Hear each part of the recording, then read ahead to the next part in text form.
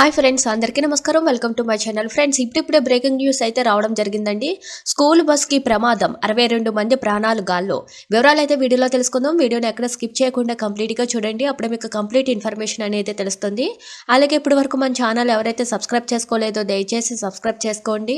అదేవిధంగా లైక్ చేయడం మాత్రం మర్చిపోకండి. లైక్ చేయడం వల్ల ఇలాంటి ఇంపార్టెంట్ ఇన్ఫర్మేషన్ చాలా మందికి రీచ్ చేసిన వాళ్ళు మాత్రం. ఇంకా లేట్ చేయకుండా వివరాల్లోకి అయితే వెళ్ళిపోదాం. రాజస్థాన్లోని రాజసమాంద్ జిల్లాలో విషాదం చోటు చేసుకుంది. స్కూల్ బస్సు బోల్తా పడి 3 పాఠశాల విద్యార్థులు ప్రాణాలు కోల్పోగా మరో 25 మంది గాయపడ్డారు. అమెట్లోని మహాత్మా గాంధీ స్కూల్ విద్యార్థులు బస్సులో పిక్నిక్ కోసం పాలి దేశూరిలోని పరశురాం మహాదేవ్ ఆలయానికి వెళ్తుండగా దేశూరి నాల్ సమీపంలో బస్సు అదుపు తప్పి బోల్తా పడినట్లు జిల్లా పోలీసు ఉన్నతాధికారి మనీష్ త్రిపాఠి తెలిపారు. ప్రమాదంలో 3 విద్యార్థులు అక్కడికక్కడే మృతి చెందగా మరో 25 మంది చిన్నారులు గాయపడ్డారు. విషయం తెలుసుకున్న పోలీసులు ఘటనా స్థలానికి చేరుకొని సహాయక చర్యలు చేపట్టారు. గాయపడిన వారిని ఆసుపత్రికి తరలించారు. మరణించిన చిన్నారులను లలిత, ఆర్తి, ప్రీతిగా గుర్తించారు.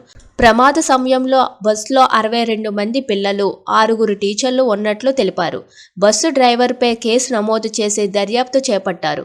ఈ ఘటనపై సీఎం భజన్ లాల్ శర్మ, గవర్నర్ హరిభావ్ బగడేలు సంతాపం తెలిపారు.